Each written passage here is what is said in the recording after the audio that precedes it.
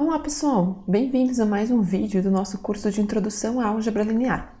O tema do vídeo de hoje é produto interno. O produto interno vai generalizar a operação de produto escalar que vocês viram lá em geometria analítica. Por isso a gente vai começar esse vídeo falando um pouquinho, relembrando um pouquinho do produto escalar. Dado dois vetores de geometria analítica, o produto escalar entre eles era dado pela norma do primeiro vetor multiplicado pela norma do segundo vetor multiplicado pelo cosseno do ângulo entre eles. Lembre que o resultado disso era um número, um escalar, por isso que era chamado de produto escalar. Outra forma equivalente de calcular o produto escalar era multiplicar coordenada a coordenada e somar tudo. É possível que você tenha visto isto como definição e o outro como equivalente, ou o contrário, não tem diferença. Essa operação tinha algumas propriedades bem relevantes. Uma era a comutatividade, isso é, fazer o produto escalar de U com V é a mesma coisa que fazer o produto escalar de V com U. Fazer o produto escalar de U com a combinação linear αV mais βW é a mesma coisa que fazer α vezes o produto escalar de U com V e depois somar com o resultado de β vezes o produto escalar de U com W. Observe que aqui a gente tem uma mudança da operação de adição. Apesar de ambas a gente estar denotando com esse símbolo de mais, essa operação aqui é a operação de adição dos vetores. Por quê? Porque V é um vetor, o produto de α vezes V é o produto por escalar, que também é um vetor, β vezes W também é o produto por escalar de um escalar para um vetor, que resulta um vetor. Então, essa soma aqui é a adição de vetores. Enquanto aqui, o escalar com V resulta um número, multiplicado por α um número, mais β com o escalar com W é um número, vezes β é um número, então essa adição aqui é a adição de números reais. E uma terceira propriedade dizia o seguinte, que se eu faço o produto escalar de U com U, isso é sempre maior ou igual que zero. Além disso, só vai ser zero se for o vetor nulo, C e somente C. Se o produto escalar de U com U resulta zero, eu estou falando do vetor nulo, e se eu estou falando do vetor nulo, o escalar com U vai resultar zero. O que a gente vai tentar fazer? Definir uma operação com as mesmas características que essa, só que para um espaço vetorial qualquer. Ou seja, a gente vai procurar uma operação que a cada dois vetores do meu espaço vetorial associe um número real e que satisfaça essas três propriedades. Essa é a definição de produto interno. Formalmente, seja V um espaço vetorial, um produto interno sobre V é uma operação que a cada par de vetores U e V desse espaço vetorial associa um número real, que satisfaz as seguintes condições. O produto de U com V é a mesma coisa que o produto de V com U. O produto de U com a combinação linear αV mais βW é a mesma coisa que α vezes produto de U com V mais β, o produto de U com W, e o produto de U com U é sempre maior ou igual que zero, sendo zero, C e somente C é o vetor nulo do meu espaço vetorial. Esse produto pode ser denotado da mesma forma que a gente denotava o produto escalar, ou então dessa outra forma. Eu vou optar aqui por denotar dessa segunda forma, que eu acho que fica um pouco mais claro, fica mais evidente a diferenciação com o produto escalar. Bem, a gente já sabe um exemplo de produto interno, que é justamente o produto escalar em R3. Mas observe que usando como definição o produto escalar como sendo multiplicar coordenada a coordenada e soma tudo, é muito fácil de generalizar não só para R3, mas para um Rn qualquer. Ou seja, eu vou multiplicar coordenada a coordenada do meu vetor, que vai ter agora n entradas, e somar todas elas. Eu posso simplificar essa definição usando a notação de somatório. Somatório do índice variando de 1 até n, do UI vezes VI. Estou multiplicando coordenada a coordenada e somando todos os resultados. Isso, de fato, vai definir um produto interno em Rn. E esse é o produto interno que a gente mais vai usar, é o produto interno que nós vamos chamar de usual, porque realmente é o mais recorrente. Mas nós temos que provar que isso, de fato, é um produto interno. Para isso, nós temos que provar as três propriedades. Primeiro, a comutatividade. Observe o seguinte, quando eu faço essa operação U operado com V, pela definição que está sendo dada aqui em cima, vai ser o somatório de UI, VI. Mas aqui dentro, em cada uma das parcelas do somatório, nós estamos fazendo a multiplicação de números reais, que é a entrada UI vezes a entrada VI dos vetores U e V. Mas a multiplicação de números reais é comutativa, então em cada um dos termos eu posso trocar a ordem. E daí, usando novamente a definição, esse somatório aqui é essa operação de V com U, ou seja, de fato é comutativo. Vamos verificar agora a segunda propriedade. Quando eu faço a operação de U com αv mais βw, pela definição dada aqui em cima, vai ser o somatório de I igual a 1 até n da iésima coordenada do primeiro vetor, no caso U, então a iésima coordenada é o I, vezes a iésima coordenada do segundo vetor. Quem que é o segundo vetor? αv mais βw. Qual que é a iésima coordenada do vetor αv mais βw? A gente já viu que é αvi mais βwi. Então, é essa multiplicação dentro de cada um dos termos do somatório. Mas dentro dos termos do somatório, eu estou operando em números reais, que eu já sei que o produto é distributivo. Então, eu posso fazer o i vezes αvi mais o i vezes βwi, ficando com essa expressão. Note agora que eu posso separar em dois somatórios e vai ser equivalente. O que eu vou fazer é primeiro somar todos esses termos e depois somar todos esses termos. Então, eu vou ficar com o somatório de i αvi, variando de 1 até n, e depois o somatório, variando de 1 até n, de i βwi. Como o alfa não depende do índice i aqui, eu posso colocar ele em evidência na frente do somatório. E a mesma coisa para o beta, ficando com alfa vezes o somatório de i igual a 1 até n de ivi, mais beta vezes o somatório de iwi. Mas observe que esse primeiro somatório aqui, que aparece multiplicado por alfa, é a definição dada aqui em cima da operação do vetor u com o vetor v, ou seja, essa operação aqui. E na segunda parte eu tenho beta vezes esse somatório, que é justamente a definição de u sendo operado com w. Então, de fato, essa propriedade também é válida. Vamos ver a última propriedade. Eu vou operar u com u. Pela definição, vai ser o somatório da iésima coordenada do primeiro vetor, que é u, com a iésima coordenada do segundo vetor, que também é u. Então, dentro do somatório, cada uma das parcelas está aparecendo o i vezes o i, que é o i ao quadrado. Mas observe que o i ao quadrado é sempre um número não negativo. Então, eu estou aqui com uma soma de números não negativos. Uma soma de números não negativos é sempre não negativa, ou seja, maior ou igual que zero. Além disso, para que esse somatório todo dê zero, a única forma é que cada uma das parcelas seja zero. Ou seja, para o produto de u com u dar zero, o somatório tem que dar zero e cada uma das parcelas tem que dar zero. Mas para o i ao quadrado ser zero, significa que o i tem que ser zero para todo o i. Mas isso é a mesma coisa que dizer que o u é o vetor nulo. Então, a terceira propriedade também é válida, o que prova que, de fato, essa operação definida acima é um produto interno em Rn. Observe que interessante, eu consigo denotar esse produto interno de uma forma matricial. Esse somatório pode ser representado através da multiplicação da matriz linha, que tem as coordenadas do vetor u, pela matriz coluna, que contém as coordenadas do vetor v, porque, de fato, essa multiplicação matricial vai ser esse elemento vezes esse, mais o segundo elemento vezes o segundo elemento daqui, assim por diante até o n vezes vn, que é exatamente esse somatório. Como normalmente a gente estava representando os vetores de Rn para uma matriz coluna, eu posso olhar essa matriz linha como sendo o U transposto. Então, eu estou aqui com essa expressão sendo U transposto V. Essa é uma forma de denotar o nosso produto interno de Rn. Bem, essa é a generalização mais automática do produto escalar, mas existem outras formas de definir produtos internos em espaços do tipo Rn. Por exemplo, vamos ver aqui em R2 a seguinte operação. A cada vetor u e a cada vetor v, a gente vai associar o número real 3 vezes a primeira coordenada do primeiro com a primeira coordenada do segundo, mais 4 vezes a segunda coordenada do primeiro vetor, multiplicado pela segunda coordenada do segundo vetor. Será que isso define um produto interno em R2? Temos que verificar as três propriedades. Vamos começar com a comutatividade. Pela definição, u operado com v vai ser 3 vezes 1 v1 mais 4 2v2. O 1 vezes V1 é uma multiplicação de números reais, assim como o 2 vezes V2. Então, é comutativo e eu posso inverter a ordem. Em vez de 1 V1, vou colocar V1 U1. Em vez de o 2 V2, vou colocar V2 U2. Mas então, agora, olhando a definição dada aqui em cima, eu estou com uma operação de V com U, porque é 3 vezes a primeira coordenada do primeiro vetor, que agora é V, vezes a primeira coordenada do segundo vetor, que agora é U, e 4 vezes a segunda coordenada do primeiro vetor, que agora é o V, com a segunda coordenada do segundo vetor, que agora é o u.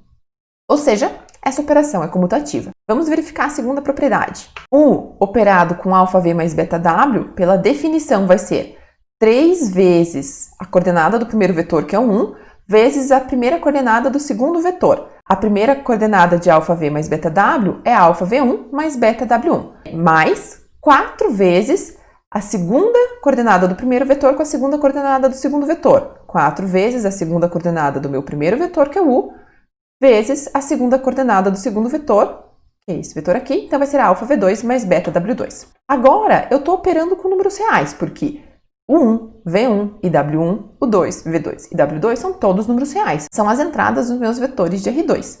Então, eu vou colocar alfa em evidência. Vai ficar 3U1, V1 dessa primeira parcela, que aparece aqui. E o alfa também aparece aqui, 4U2, V2, que está aparecendo aqui. E na sequência, eu vou colocar beta em evidência. Vai ficar 3U1 com W1, aparece aqui. 4U2 com W2, que aparece aqui. Mas essa expressão que está aparecendo aqui é justamente a definição de U operado com V. E essa expressão é a definição de U operado com W, de forma que eu obtenho alfa vezes U operado com V mais B operado com W, que era justamente o que eu estava querendo verificar. Ou seja, essa segunda propriedade também é válida. Vejamos a terceira propriedade. U operado com U, por essa definição, vai ser 3 vezes a primeira coordenada do primeiro vetor, U1, vezes a primeira coordenada do segundo vetor. Mas o segundo vetor também é U, então ficou 3U1 vezes U1. Mais 4 vezes a segunda coordenada do primeiro vetor, que é o 2, vezes a segunda coordenada do segundo vetor, que é o 2 também, então ficou 4U2, U2. Ou seja, ficou 3U1 ao quadrado mais 4U2 ao quadrado. Novamente, eu estou com a soma de números não negativos, porque o 1 ao quadrado é não negativo, multiplicado por 3 continua não negativo, o 2 ao quadrado é não negativo, multiplicado por 4 continua não negativo. Então, esse somatório todo aqui é maior ou igual que zero. Além disso, o único jeito disso aqui resultar zero, ou seja, desse produto resultar zero, é se cada uma das parcelas for negativo. Mas para 3 o 1 ao quadrado ser nulo, eu preciso que o 1 ao quadrado seja nulo, ou ainda que o 1 seja nulo. E para 4, 2 ao quadrado ser nulo, eu preciso que o 2 ao quadrado seja nulo, ou seja, o 2 é nulo.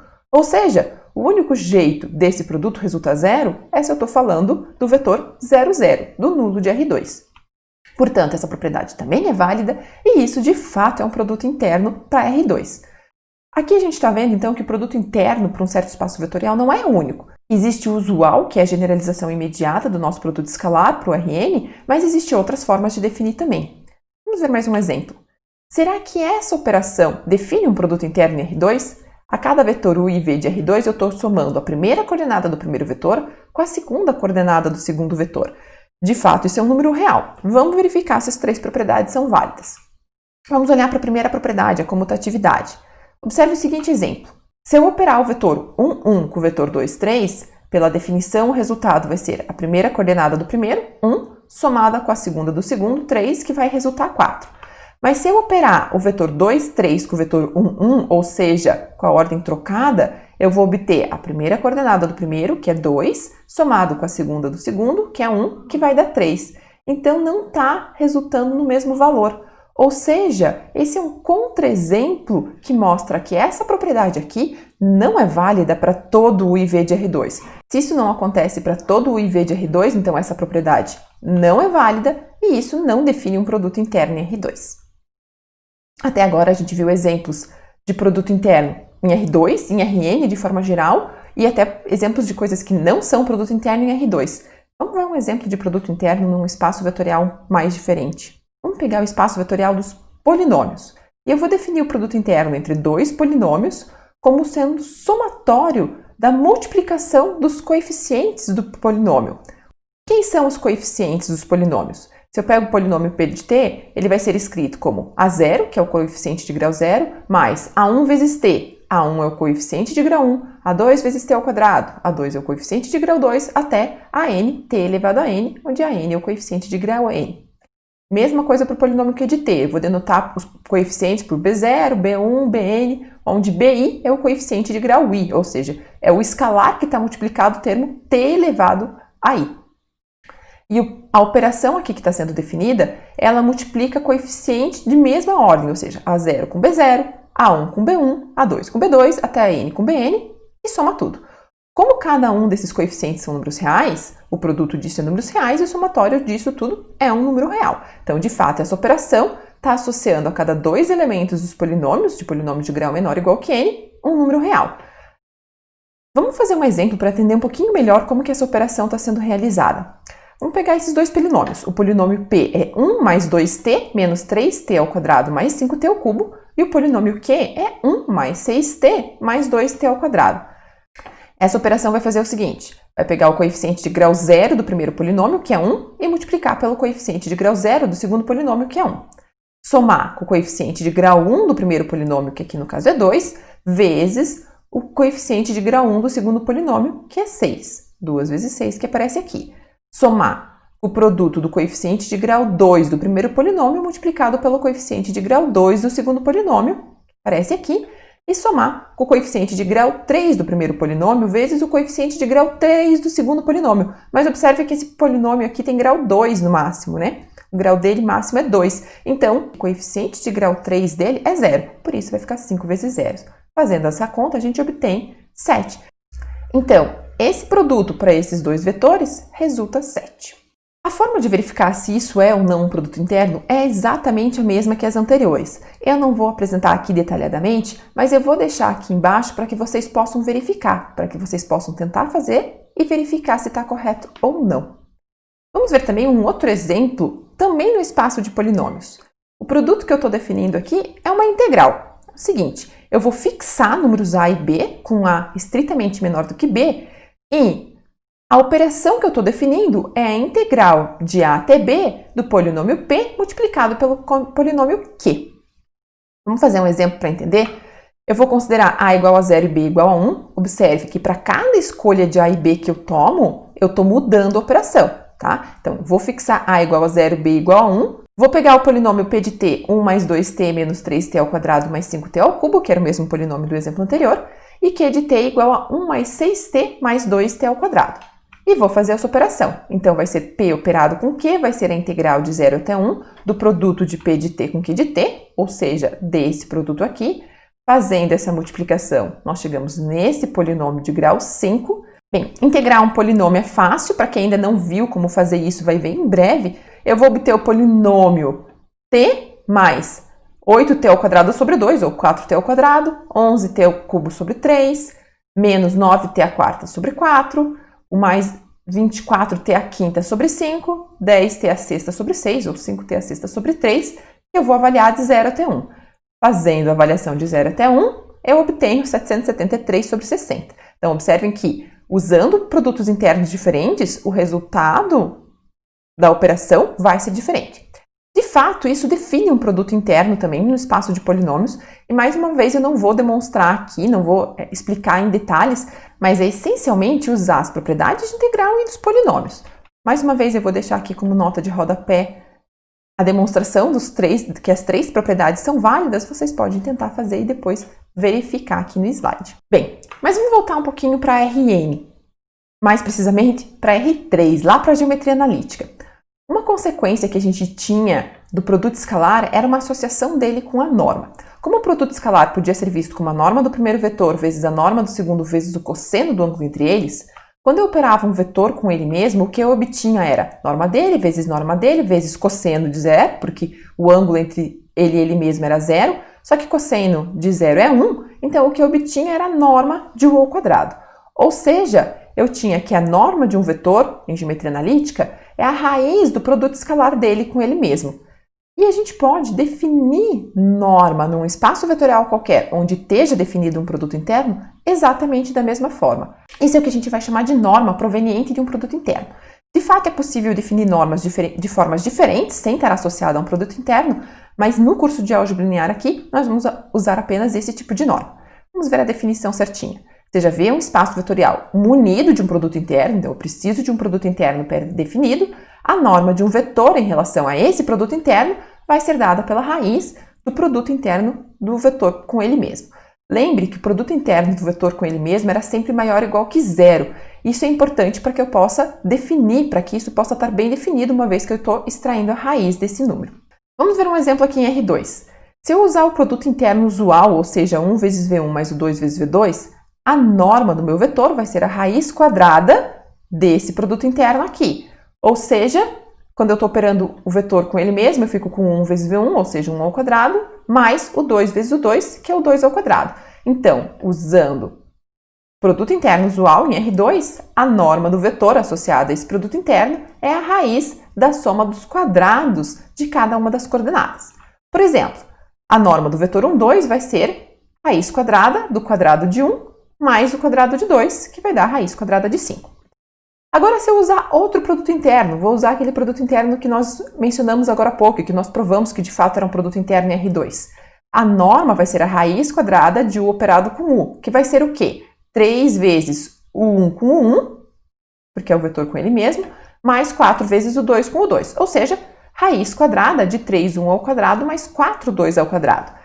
Se eu calcular a norma desse mesmo vetor 1, 2, só que agora associado a esse produto interno, ou seja, uma outra norma, eu vou obter raiz quadrada de 3 vezes a primeira coordenada ao quadrado mais 4 vezes a segunda coordenada ao quadrado, que dá 19. Então, observe que se eu estiver fazendo normas associadas a produtos internos diferentes, eu vou obter valores diferentes. Mas, da mesma forma que a gente chamou esse produto interno de usual, a norma mais usual é a norma associada ao produto interno. Então, quando não é mencionado qual produto interno se está usando, ou quando não é mencionado qual a norma que se está usando especificamente associada a um produto interno diferente, subentende-se que a gente está falando do produto interno usual e da norma associada ao produto interno usual. Isso não só para R2, mas para qualquer um dos RNs. Vamos ver algumas propriedades de norma. Essas propriedades eram válidas para a norma lá de geometria analítica e a gente consegue verificar que elas são válidas aqui para a norma associada a um produto interno qualquer. A primeira propriedade diz que a norma é sempre um número maior ou igual que zero e, além disso, só vai ser zero se o vetor em questão for um vetor nulo, C e somente C. A segunda propriedade é que a norma de um escalar vezes V é a mesma coisa que o módulo do escalar multiplicado pela norma de V. E isso para qualquer V no meu espaço e para qualquer escalar. A terceira propriedade é a desigualdade de Cauchy-Schwarz. Ela diz que o módulo do produto interno de U e V é menor ou igual que o produto das normas de U e V. Ou seja, essa propriedade apresenta uma relação entre o produto escalar e o produto das normas dos vetores em questão. E a última propriedade é a desigualdade triangular, que diz que a norma da soma é menor ou igual que a soma das normas. E isso é válida para uma norma qualquer associada a um produto interno qualquer de um espaço vetorial. A primeira é bastante fácil de verificar, que é maior ou igual que zero imediato do fato de que o produto escalar de V com V é maior ou igual que zero. Além disso, o único jeito disso aqui resultar zero é se o produto escalar de V com V for zero. Mas, pela definição do que é um produto interno, isso só acontece quando a gente está falando do vetor nulo. Então, a primeira propriedade é imediata da definição de norma e da definição de produto interno. Para a segunda propriedade, vamos calcular a norma de alfa vezes V. Vai ser a raiz de alfa V, produto interno com alfa V. Só que no produto interno o escalar pode sair para fora, só que como vai sair para cada uma das entradas. Então vai sair um alfa associado à primeira entrada e um alfa associado à segunda entrada. Então eu vou ficar com raiz de alfa ao quadrado, V operado com V. Mas a raiz de um produto é o produto das raízes. Então eu vou ficar com raiz de alfa ao quadrado vezes raiz de V, produto interno com V. Raiz de um número ao quadrado é a mesma coisa que o módulo desse número. E a raiz de V, produto interno com V, é a norma de V, provando a propriedade. Vamos ver agora a desigualdade de Cauchy-Schwarz. Para provar essa propriedade, a gente vai dividir em dois casos. No primeiro caso, eu vou considerar que V é um múltiplo de U. Ou seja, existe um escalar alfa, tal que eu consigo escrever V como alfa vezes U. Vou calcular agora o módulo do produto interno de U com V. Como V é alfa vezes U, vou trocar aqui. Mas o escalar pode vir para fora do produto interno, então eu fiquei com o módulo de alfa de U operado com U, o produto interno com U. Mas o produto interno com U é a mesma coisa que norma de U ao quadrado.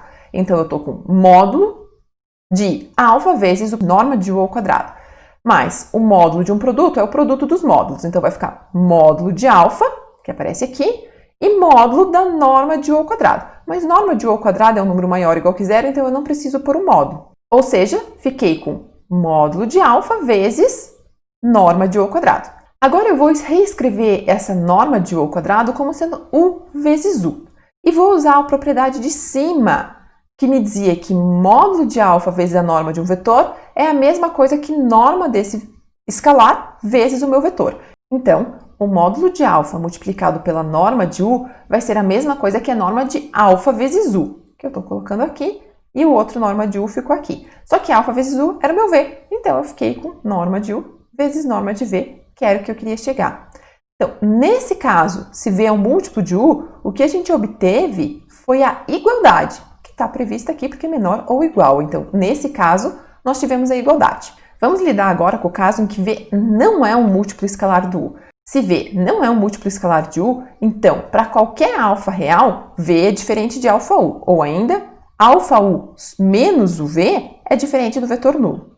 Dessa forma, a norma de alfa U menos V ao quadrado é diferente de zero. Bem, a gente já sabia que ia ser maior ou igual que zero, sendo zero somente se isso fosse o vetor nulo. Mas como não é o vetor nulo, porque V não é múltiplo de U, então vai ser estritamente maior que zero. Bem, mas quem é a norma desse vetor todo aqui? É o produto interno dele com ele mesmo. Então, é o produto interno de alfa 1 menos V com alfa 1 menos V. Fazendo essa conta, a gente pode fazer a distributiva, então vai ficar alfa U com alfa U mais alfa U produto interno com menos V produto interno com alfa U, menos V produto interno com menos V. No caso do alfa U produto interno com alfa U, o alfa vai poder sair para fora, então eu vou ficar com alfa ao quadrado vezes o produto interno de U com U, que é a norma de U ao quadrado, alfa U com menos V e menos V com alfa U, como o produto interno é comutativo, vai resultar em menos 2 vezes alfa, produto interno de U com V, e o produto interno de menos V com menos V vai ficar a mesma coisa que o produto interno de V com V, que é a norma de V ao quadrado.